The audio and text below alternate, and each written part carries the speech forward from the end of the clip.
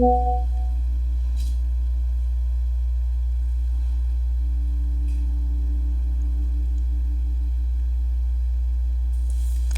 hola chicos. Ay, ya no sé ni para dónde moverme.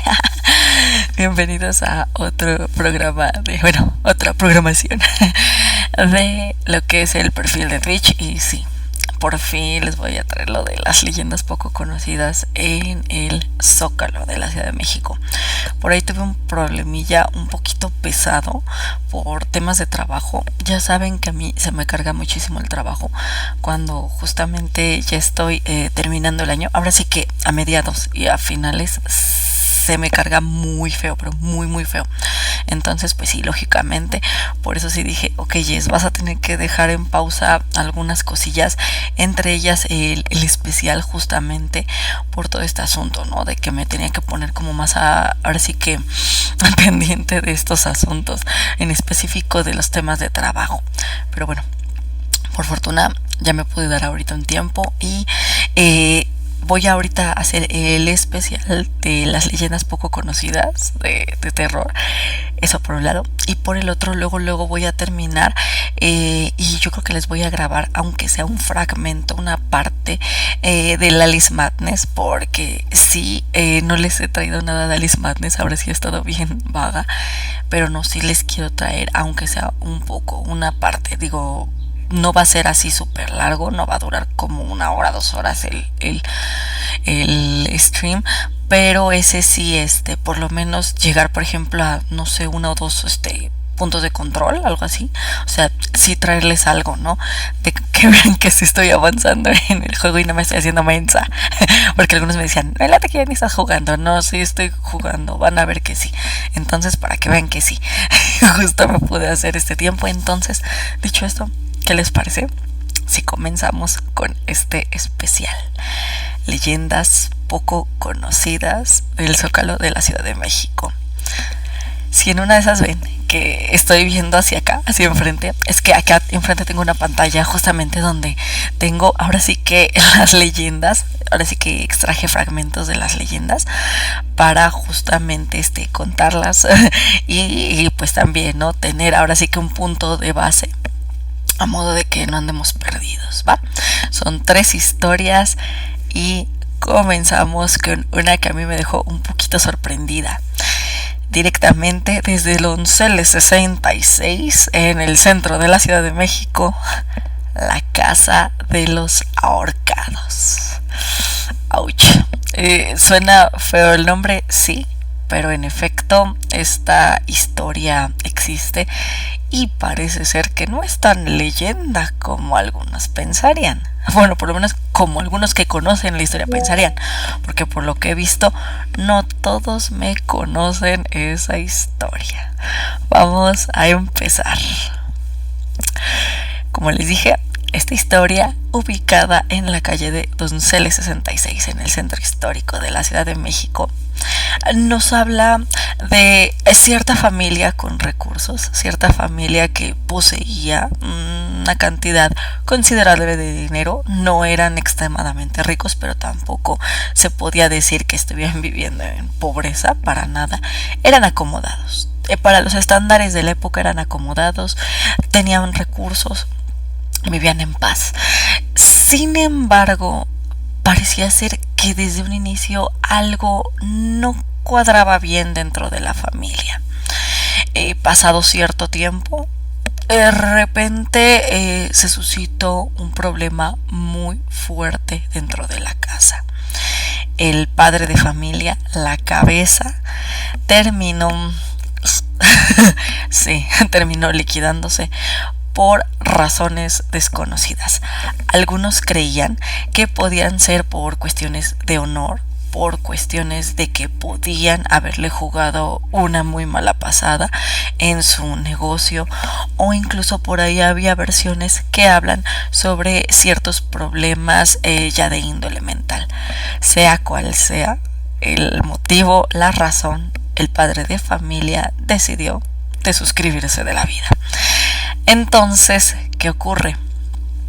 Que se da el funeral, la familia lógicamente está muy dolida, están lamentándose y todo este asunto, Pero no pasa mucho tiempo y se da otra muerte dentro de la casa, esta vez de parte de un hijo. Y de ahí empiezan a suceder una serie de patrones un tanto peculiares dentro de la leyenda, porque por lo que se dice, todos los integrantes de la familia fueron exterminados. Y ojo, parece ser que todos se fueron con San Pedro de la misma forma, ahorcándose.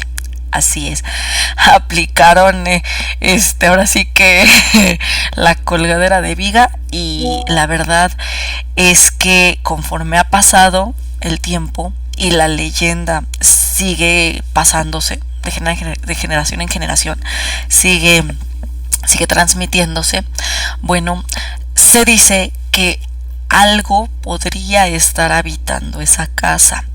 Ahora, yo, siéndoles honesta, he pasado por Donceles muchísimo. Vamos, es la calle que tiene que ver con los libros, aquí en lo que es Zócalo de Ciudad de México.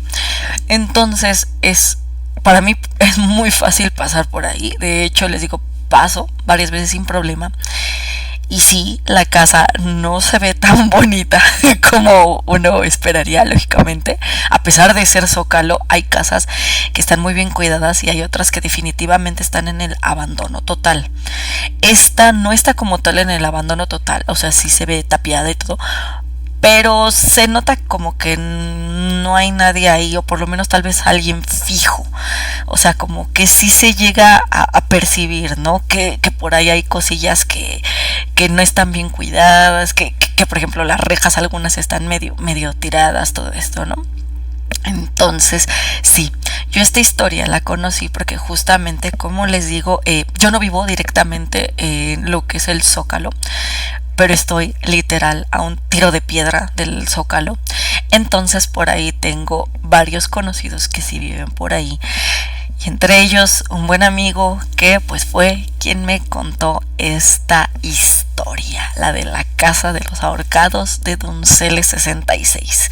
Si en una de esas ustedes quieren meterse por ahí, quieren indagar, ver qué onda con lo que es esta casa, sí les recomendaría nada más que de preferencia se vayan temprano, porque algunas calles en el Zócalo, pasadas ciertas horas, ya no es tan conveniente estar ahí metiéndose.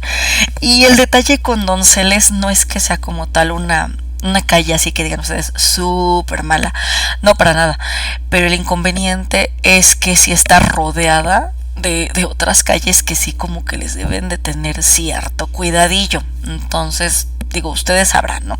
Si quieren ir por ahí mañana, tarde, ya ustedes sabrán. Ahora sí que yo advertidos están, yo ya les dije.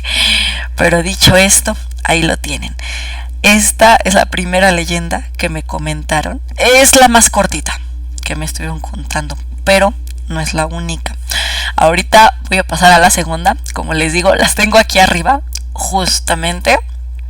Es que han de saber que aquí enfrente tengo la otra pantalla para poder, ahora sí que tuve que desglosar para poder ahora sí que contarles la historia y no andar dependiendo también de la lap, ¿no? Ahora sí que aquí tengo una pantalla, aquí tengo otra, aquí tengo ahora sí que las leyendas, aquí los estoy viendo.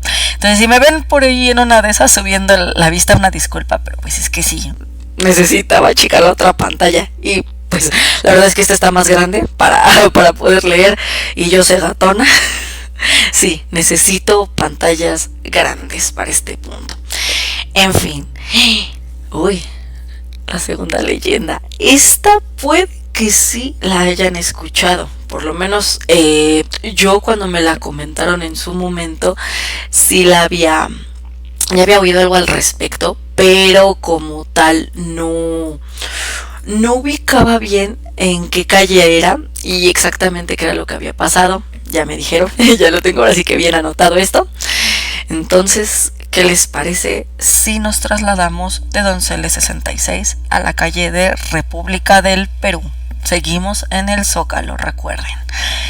Y esta leyenda es la mujer errada o la mula errada. Uy, vamos a ver. Hace mucho tiempo, en una noche, a altas horas de la noche, y cuando todavía existían ciertas ayudas, ciertos, no como tal esclavos. Recuerden que aquí en México como tal el tema de los esclavos no estaba bien establecido. Esto más bien eran como mayordomos, sirvientes, todo este asunto, ¿no? Personas de ayuda del hogar. Ubicándonos en ese punto, nos encontramos en una noche oscura, altas horas de la madrugada. Dos sirvientes de un fraile se acercan a llamar a la puerta del herrero del lugar. Le comentan que su amo, este fraile, necesitaba que herrara una mula porque iba a viajar muy temprano en la mañana. Se iba a levantar con el alba y se tenía que marchar. Entonces requería de los servicios del herrero a la prontitud posible, para que pues no tuviera ningún inconveniente al momento de trasladarse. El herrero pues simplemente pensó que era un servicio como cualquiera, que no iba a requerirle demasiado tiempo, y dijo: perfecto, vamos en este momento a herrar a esa mula. Se marcharon por la calle justamente hacia la Villa de Guadalupe. Recuerden, estábamos en República del Perú, nos trasladamos a Villa de Guadalupe. El herrero tenía una muy buena amistad con el sacerdote.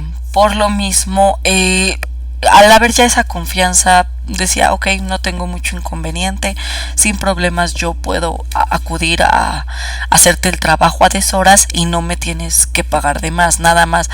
Ahora sí que lo que tu gracia quiera darme de más, pues va. Entonces, ya dicho eso, ahora sí que el sacerdote lo lleva a este sitio donde está la mula, y durante el mismo herraje el herrero notó algo raro en el animal. Empezó a hacer cosas un tanto extrañas. Notaba una actitud como más desafiante, como que se resistía. Había algo que no cuadraba exactamente con el comportamiento de una mula cualquiera. Y también notó algo muy peculiar. Los sirvientes del sacerdote maltrataban un poco más de la cuenta a la bestia, como si le tuvieran cierto coraje, cierto enojo. Había algo que no estaba bien ahí. A pesar de este suceso y a pesar de sus sospechas, el herrero completa el trabajo y termina poniéndole las herraduras a esta supuesta mula. Se marcha, y a la mañana siguiente el sacerdote parecía ser que ya se iba y todo, pero de pronto algo ocurre, algo raro pasa. Y al mismo tiempo el herrero se despierta como con cierta zozobra. Había algo que no estaba bien, algo no cuadraba. Entonces esa mañana el herrero fue a la casa del sacerdote para hablarle sobre esto que él había notado, ¿no? Este comportamiento que había notado con el animal, estas cosas medio extrañas. Llegó, y el sacerdote, bueno, primero estaba un poco sacado de onda por verlo ahí, lógicamente. Pero pues él le aseguró que no pasaba nada, el animal estaba bien. De hecho, él ya se iba, ya se estaba terminando de arreglar, ya estaba listo para irse, no le faltaba mucho. Y casi el sacerdote como de no pasa nada, no, tú estás medio mal. Incluso decidió llevarlo a donde tenían a la mula para que viera que no ocurría nada. Y oh sorpresa, llegan a los establos donde se encontraba la dichosa mula. ¿Y qué creen? Encontraron a la esposa del sacerdote. Recuerden, épocas antiguas, en ese entonces ellos sí podían tener mujeres. Encontraron a la mujer del sacerdote con las extremidades ensangrentadas y con peculiares herrajes en manos y pies. Horrorizados, sacerdote y herrero se dieron cuenta de que la mula que se supone se tenía que errar, en realidad no era una mula. Y las herraduras que colocó el herrero terminaron en las manos y pies de la mujer. Por ahí dentro de la leyenda se comenta que tal vez los sirvientes tenían algo que ver con lo que pasó con la mujer y esta como transformación. Porque recuerden, en ese entonces se tenía muy presente este asunto de la magia, de la hechicería. Vamos, estamos hablando de tiempos más o menos como de la Inquisición por ahí. Tal vez no directamente en la Inquisición, pero ya tenían cierto conocimiento de que había personas que practicaban paganismo y demás. Entonces, algunos piensan que por ahí los sirvientes podrían haber tenido algo que ver, lo que sea. El chiste es que esta leyenda, pues sí, esta sí se ha mantenido un poco más que la de la primera, la de la Casa de los Ahorcados. Y lo cierto es que esta leyenda, algo había escuchado yo, pero la verdad es que no la ubicaba exactamente en dónde se había dado todo este asunto. No, ya después, gracias a otro amigo que también vive por ahí por el Zócalo y a ciertos libros que me prestó de leyendas, justamente, bueno, aparte de lo que me contó y lo que encontré en uno de esos libros, pues también, ¿no? Pude dar con estos datos ya un poco más específicos, que parece ser, el herrero vivía en República del Perú y el sacerdote en Villa de Guadalupe. Lugares que pues hoy en día sin problemas pueden visitar aquí en el, bueno, por lo menos República del Perú, sí, en el centro de la Ciudad de México. Villa de Guadalupe sí me parece que está un poquito más retirado, pero recuerden que en ese entonces pues sí estaban un poco más espaciados, ¿no? Las calles, los lugares, las zonas, ¿no? Donde vivían. En fin, ya tienen la segunda historia, un poquito más nutrida, con más datos para que vean. Les digo, sí estuve ahí buscándole, checándole a ver qué onda. Entonces vámonos a la última historia. Esta a mí me dejó súper sorprendida, porque la verdad, o sea, sí me quedé yo así de, espera, ¿cómo? O sea, ¿qué me estás diciendo? Sí, antes eran como muy crueles con los ladrones, sí, las personas que cometían delitos. Yo sé que lógicamente esto, o sea, algunos dirían, ay, que vuelva, ¿no? Este asunto, pero yo creo que hay de extremos a extremos, y no, creo que lo que le pasó a este sujeto es algo que nadie querría que le pasara, ni a tu peor enemigo. Yo creo es una de las, creo que de las formas de irse más feas, al menos a mí parecer. Dicho esto, nos trasladamos ahora sí que de República del Perú directamente a la Plaza Mayor. Así es, a la Plaza Mayor del Zócalo de la Ciudad de México, el centro de la capital. La leyenda se titula El difunto ahorcado. Seguimos con estos sujetos. En esta historia nos ubicamos por ahí por los años 1600. Ojo con esto, porque, o sea, sí es importante este asunto, más que nada por el tipo de castigos que se daban en ese entonces. Ubíquense directamente ahí y nos vamos directamente al Palacio de Justicia. En este sitio se le está juzgando a un hombre, se cree que tal vez un extranjero de origen portugués. Se le está juzgando por el asesinato del alguacil en ese entonces pueblito de Iztapalapan. Acuérdense, sí, antes así tenía ese nombre, Iztapalapan. Bueno, este sujeto, curiosamente, no está con vida. Así es, después de haber cometido el terrible, bueno, no le podemos decir accidente, tampoco le podemos decir como tal crimen, es que en realidad no se sabe por qué fue esta disputa, por qué terminó todo este asunto de esta manera. Lo que sí se puede decir es que en efecto el sujeto eliminó al alguacil y después se fue a liquidar atándose, ya saben, la cuerdita, luego un arbolito, salta, en fin, terminó liquidándose. Aún así, la ley creyó que no era suficiente castigo. Llevaron su cuerpo directamente al Palacio de Justicia y ahí lo juzgaron culpable. No lo claro, no, si pasaba en ese entonces. Tras declarar culpable a este sujeto, ¿qué ocurrió? Que las autoridades determinaron que merecía la pena capital. Así es, yo estaba muerto y aún así se pidió que se le volviera a liquidar.